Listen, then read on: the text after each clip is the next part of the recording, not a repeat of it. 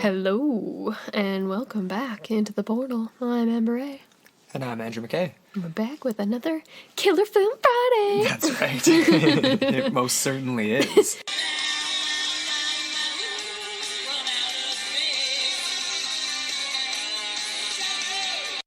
Oh God, we have had this theme song stuck in our heads nonstop since we watched this movie. Pretty much. Actually, I think it's probably, it's not annoying though. It's one of my favorite. It's one of the best, 80s soundtrack, theme songs ever, in my opinion. It is top notch. So today, we're talking about none other than Killer Klowns from Outer Space, 1988 film. And this one was suggested to us by Matt Drew. Yep. So shout out to you. Thank Killer you, good suggestion. sir. Indeed it was.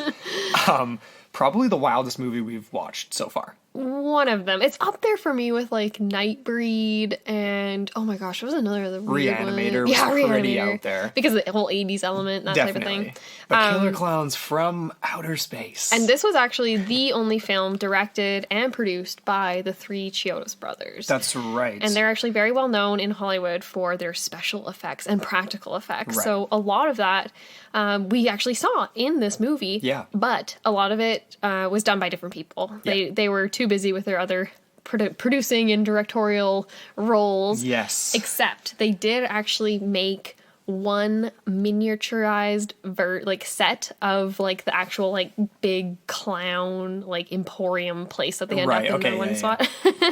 So I thought that was quite fun. Very cool. Yeah. Yeah, so I mean this is like I said, 1988 American sci-fi horror comedy.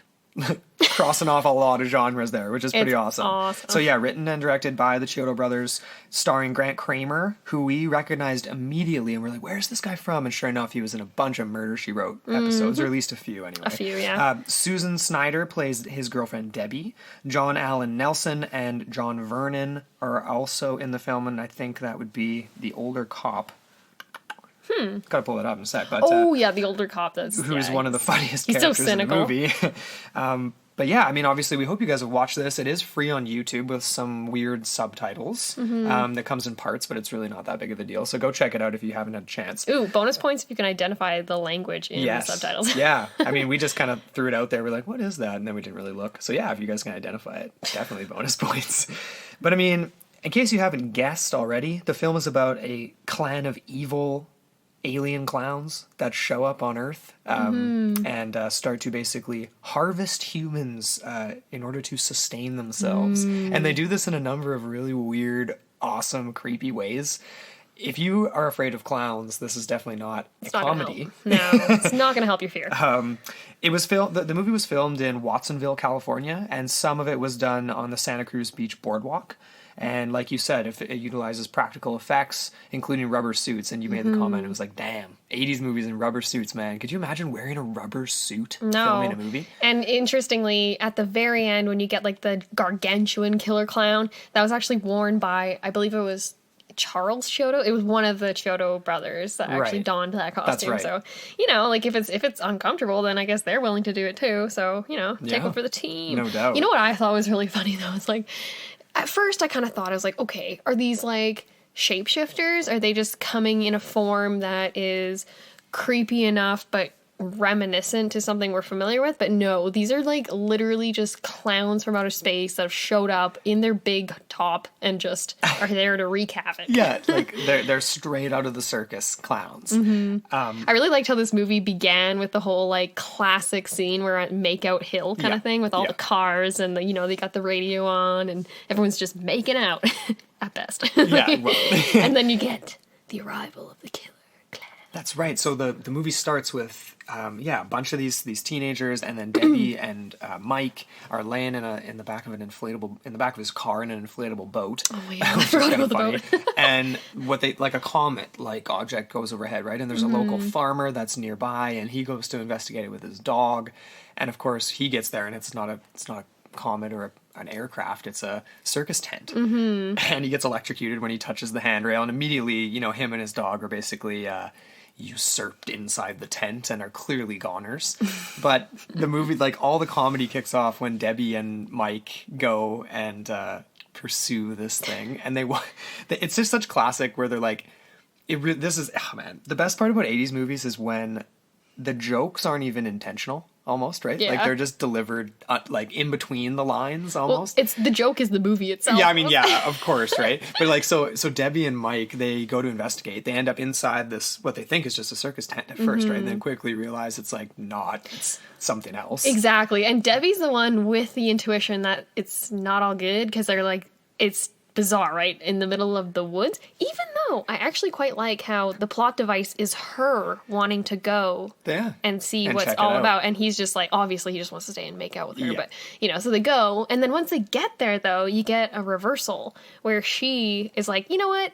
Maybe not, kind of taking a back step here. And then he's just like, oh, it's all good. It's all fine. Yeah. And you pointed out that one line that he delivered. It was just like so weird. Yeah. And he's like smiling and has this weird what did he smirk on his say? face. I can't remember exactly, but it was something along the lines of like, Debbie makes the comment like, haven't you ever, or like, you've never seen anything like this before or whatever, like, or like, obviously like this is like not normal or whatever. And he's just like, looks there and he's like, yep.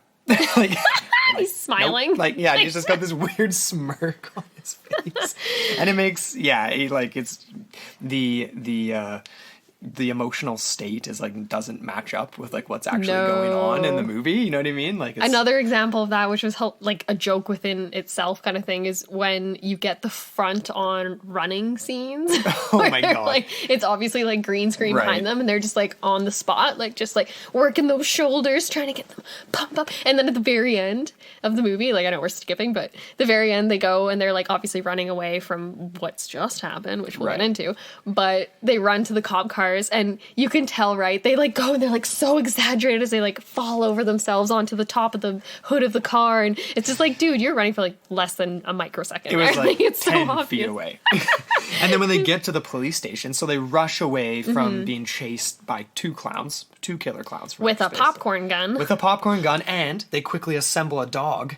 Oh, a balloon animal dog. That I got 2 points on that one, but yeah, okay. Is, to track them, right? Like it's their bloodhound. It's their bloodhound. Right. And so they get attacked by a popcorn gun and two clowns, which really, these clowns aren't very intimidating. They're very slow moving. Obviously they have like weapons, but not very effective. You know what I was kind of thinking too with the popcorn gun, because evidently these aren't like popcorn bullets, like they're not like killing them on impact, but I kind of thought, I was like, oh, is this like a way to track them? Yeah. So they'll run away and it's like a trail of breadcrumbs, so to speak, so wherever they go they'll end up finding them. That's what I was thinking too, because then they bust out the dog, right? Exactly. Oh, that makes so much sense now. Duh.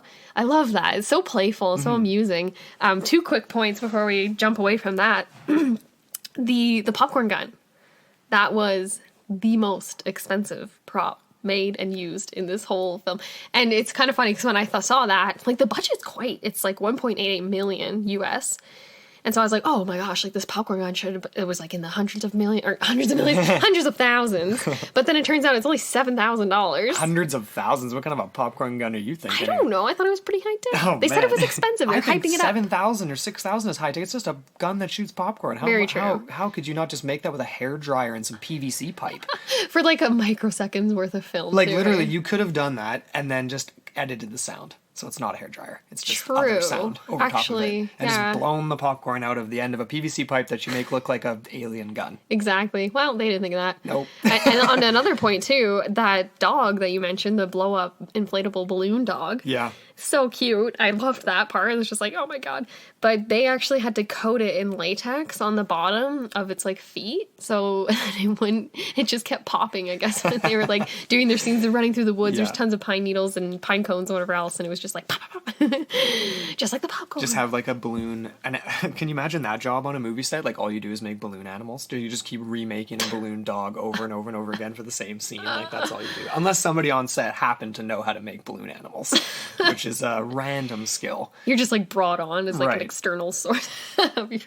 So Mike and Debbie, they rush to the police station and they crash into the back of a police car when they get there because they're that frantic, which is hilarious.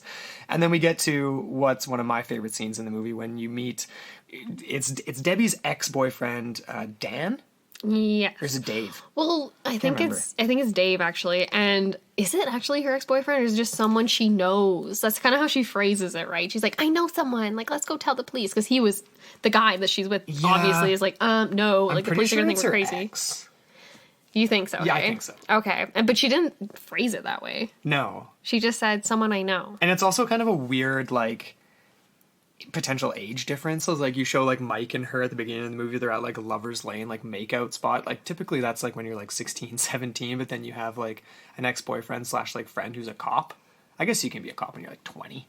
I guess. I don't know. Yeah, in a small town, you know? Yeah. You're just deputized and that's it. Same day. So. Well, because there's only 2 cops in this town. And the older of the 2 is just a total jerk. Mm-hmm. And he's just the classic, like, over the top, like, just so jaded, right? Like, just the whole where he's arresting kids for no reason and throwing them in jail and just, like, making up the law for himself. Mm-hmm. And then refuses to answer the phone when the town basically starts to be invaded by these killer clowns. He just ignores all the calls. Yeah. He's Right. like, oh yeah, I got a bunch of reports. Well, killer clowns. What? Mm. He doesn't last very long. Nope. In this movie, he only makes it about halfway. Mm-hmm. Spoiler alert. You kind of see it coming, like, right away, though. Oh yeah. Because he's going to be one of the first to go. You do expect a lot of other characters to end up dying, though, that don't. Like Rich and Paul, the 2 ice cream, Yeah. the two friends operating the ice cream truck. Oh my gosh, I thought they were Oh, definitely you goners. think they're goners for sure. So, okay, so let's kind of keep running through the plot here a little bit. Like, what was a point of interest for you as we, like, I don't even know, like, as we moved through? Like, so we've Debbie and Mike discover that there's, like, killer clowns from outer space. Nobody believes them at first. They tell the cops. Her ex-boyfriend's not really on board, but kind of is. He goes out with Mike to try to find the tent, and of course it's gone. He has no evidence that they were ever there. Exactly. But yet at the same time, these things are wandering around town and starting to snatch people up in giant cotton candy sacks. Exactly. That was probably one of my favorite. I love how they injected so much of clown culture into this movie. And there was a few of my favorite parts. Like, okay, I'll go into 2. The first was the fight scene where there's, like, that big badass guy that's like, what are you gonna do? Knock my block off? Yeah. And then it literally knocks his head off. Yeah. And that's so good because it's classic, right? It's like the at the circus, right? When you do the strongman. Oh yeah, thing, totally. Like the bell at the top, exactly. right? So that's kind of what that reminded me of. It was like a loose, sort of visually represented thing. And then the cocoons that are basically these sacks that are seemingly hooked up to something that's almost like turning them into a digestible drink. Yeah. And then you get the scene where the big lumbering, he's got this huge, massive tummy down to the floor, essentially. Yeah. And you get him come up and just, like, use his ridiculously long, crazy super straw thing and just start sucking out the juice. It's just goes straight. Human juice. Yeah, it looked good. It's like, are they turning it into, like, a cotton It candy looked like substance? Hawaiian Punch. Kind of did. Yeah. Yeah. What about you? What kind of stuck out to you? I mean, some of the supernatural powers, I guess, right? Because it's like, I mean, obviously this movie's crazy and it's about clowns from outer space, but it's like, so you expect them to have these crazy technologies that are, like, related to clowns. So yeah, they've got these, like, balloons that they can trap people in as, like, a preserver for their whatever, it's food to them, right? Then they also have this cotton candy that they can spray, and it reminded both of us of, like, X-Files. So, Yeah. like, when the cop finally realizes that Mike isn't lying, when after they go to see the tent's not there, they pull over because there's all those cars on the side of the road, right? And then he goes to investigate. There's nobody there because they've been cotton candied. But wasn't that it's Lover's like- Lane? It was, it was just down the hill from it. Okay. Like people trying to escape. And yeah, Mike makes the comment. He's like, "Oh, that's so and so's car. Like, they're goners, man. They're goners." And there's just that webbing all over the inside of the car, just like in a couple episodes of X-Files with different things like that. I can't remember the name of the one in particular. I believe it was season 1. Where they go into the woods and essentially it's like that weird phosphorescent like thing that was, like, released from the logging, Yes. right? So it was, like, Yeah. thousands of years locked away, and then all of a sudden creates these, like, crazy webs and, like, basically digests people in them. So that was fun. And then as well, they do have other weapons. So they have the cotton candy gun we already mentioned. Or sorry, the popcorn gun. Popcorn, yeah. And then they also have their pies to the face, which are seemingly fatal. Yeah, I don't acid even know. pies. Oh, you think they're acid? Well, they weren't all the time. Like, at the end, they get pied, but nobody Yeah. seems to melt into oblivion. But the security guard or cop in one of Seems the to scenes, he gets freeze and melt. he gets covered in cream pies. Or and does he suffocate? Is that it? Is that they're Banana cream implying? pie. He suffocated on the pies? I guess. Actually- no, because they came up afterwards and he was just a skeleton. Oh, right. He was like melted into the pies. You know what's funny about that? Oh my goodness, it's escaping me right now. I don't have my computer in front of me, but there was one individual that the Chiodos brothers wanted to be cast for that cop role, and I can't remember the name of the show, but this was a 90s show, or 80s show it would have been, because obviously this is 1988, and it was essentially a kids show where there was this guy, and he just gets a pie in the face every episode. And so they wanted to get him in to be that guy to get the pie in the face. Yeah. But I guess the producers ultimately decided not to pay for his plane ticket to fly out because they thought that the audiences watching this movie wouldn't be familiar with who that is. They probably wouldn't. Exactly. But the Chiodos brothers really wanted that as, like, you know, just like an extra touch. Well, they didn't get it. And they were originally just going to call the film Killer Klowns. Oh, yeah, and that's another good point. But they changed it because they didn't want people, like American audiences, they didn't want to think it was just a slasher film. They wanted that little extra something, something. Because that's a particular audience too, right? It is. I mean, even if it's cheese, it's not like, you know, Hitchcock slasher, like classic or whatever, but it's different. It's not like, it would be in line with, I guess if you were comparing this to a straight slasher, it'd be like Scream, obviously. Yeah. Like a joke, like a comedy. Yeah, more like comedy, spoofy. Right? One of the other things I thought was interesting was that they could like mimic voices. That reminded me of, you know, like The Thing or other alien movies where, or things like the Wendigo and just creatures in general where there's like the baby crying in the woods, or like, yeah, the voice of a loved one that you know. That's a bit of a shapeshifter element, I guess, hey? But we didn't see them change form. The only thing that we saw was them, when they died, they just go into this crazy weird, like, vortex spinning, like, lime green thing, and then they just poof, explode. So they realized kind of like a third or 2/3 of the way through the movie or whatever that you can kill these things by shooting them or popping their nose. That's the only way to kill them, because apparently they're... It's their Achilles nose. Yeah, good one, Amber. No, but it is though, because like they're getting unloaded, like they're getting shot all up and down and nothing. It's weird, right? Like why? Why the nose? Because I was gonna ask the question to you too. It's like, this is me going way too deep into it, but you know, I mean, why clowns? It's like literally like a planet of clowns, and why? Or is it like that they like did some sort of a poll and like, oh, a lot of people on Earth are terrified of these looking things. Let's look like that when we show up. Well, and just be that while we're here. Oh, I thought you meant like the filmmakers, but the actual aliens the actual themselves. Aliens themselves. Well, that gets back to my original question that I had at the beginning, where I was like, oh, are these things that literally are clowns, or exactly that? Are they transforming into something that is relevant for us and our perspective to kind of digest? Yeah. I'm gonna go with the this is literally like they come from Planet Circus. Yes. And they're just coming down and things just didn't work out. You know what it planned. kind of reminds me of? It reminds me of like Moron Mountain from Looney Tunes, like from Space Jam. Oh. Where there's the planet of just, it's like, it's literally like a amusement park world. Yeah, and they, totally. They're just these like ridiculous creatures, right? Oh, these things must have come from there. But they have other crazy supernatural powers too. So like one of the ones that they noticed right away when they're driving in the car was, so where they're in the cop car with Dave, and they drive by and there's a group of people being like entertained by one of the clowns making shadow puppets on a wall. Yeah. And then the shadow puppet turns into like a literal mouth of like a creature that swallows up the group of people into like a shadow people sack. Ooh. And then gets wrapped up and like now they're just in a sack. Right. So that was like, you went from a shadow figure to a physical object to a cotton candy sack on the cart. Exactly. It's all part of the magic of the circus, right? I guess so. And it's perfect. I loved the writing of this movie. Like, it's cheese to the max, but in the best way possible. Yeah, because the plot line and like everything develops. It's obviously super predictable. Yep. Very simple. Very simple, but it flows well. It does.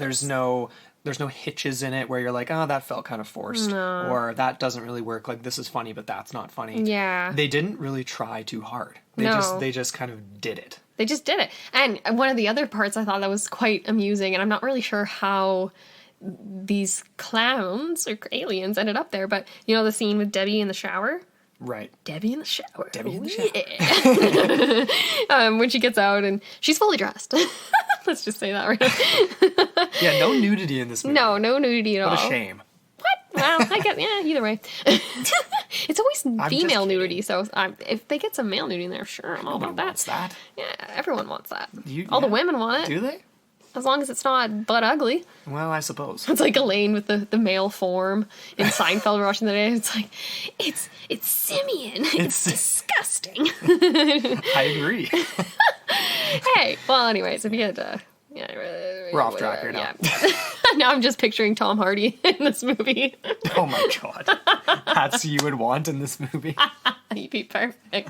He'd be like Stone Cold Jackson. I don't blame you. But sorry, I did lose my. What was I gonna say? I don't know. What were you gonna say? Oh, in the shower, Debbie in the shower. When the little, it's like, it reminds me of a puppet show when the little clowns, or like a Jack in the Box, right, where they come out of her. I think they come out of her mirror that's on the wall, like her vanity. Mm-hmm. They come out of her clothing hamper, and then out of the back of the toilet, I think. Yeah, I think so too. Or something out of the like actual that. Toilet. Or in the shower. I can't remember either. But they're all just there. They're all like these, like, basically harmless because I can't actually really get her, hey? Because they're just stranded where they are. So I don't even know how they ended up there. It's like the clown spores. They're just like kind of like populating the earth now or something. Apparently. They get left behind though, ultimately, because how would they have gotten back to the ship? They got phased out. They got phased. Just like a lot of the town did at the end of the movie, right? Oh, and that's a good point too. Yeah, so we get a lot of death, supposedly, if you want to believe, like, close to most of the population is gone. Yeah, like movie. Mike makes the comment when they're back in the ship at a later point, because they're like, well, where would you go if you were clowns? Because they're trying to track them down now because they want to try to find Debbie, because Debbie's been captured in one of the balloons. And it's like, oh, what did they say? The carnival, or they go to like the pier where there's like the, whatever. Like, right, what's it called? I can't think of the word. The wharf? Yeah, but there's like it's like the fairgrounds or whatever, right? Yeah. Basically. So they go there, and that's, of course, where there's essentially like another, like they've almost have a little underground layer going on, like they've established very quickly after landing. Yeah. But yeah, he makes that comment when they're in there. He's like, oh, I think I got like half the town in here, most of the town. But they don't have the chance to save anyone. No. They save Debbie, and then the cop's like, oh, we can't go. We got to see if anyone's still alive in these balloons. And of course, there's no time. They just hop back in the elevator, which just works for them. No big deal, right? The like revolving door thing in the ship, and then they're out of there. So sucks for everyone else. Of course, at the end of the movie.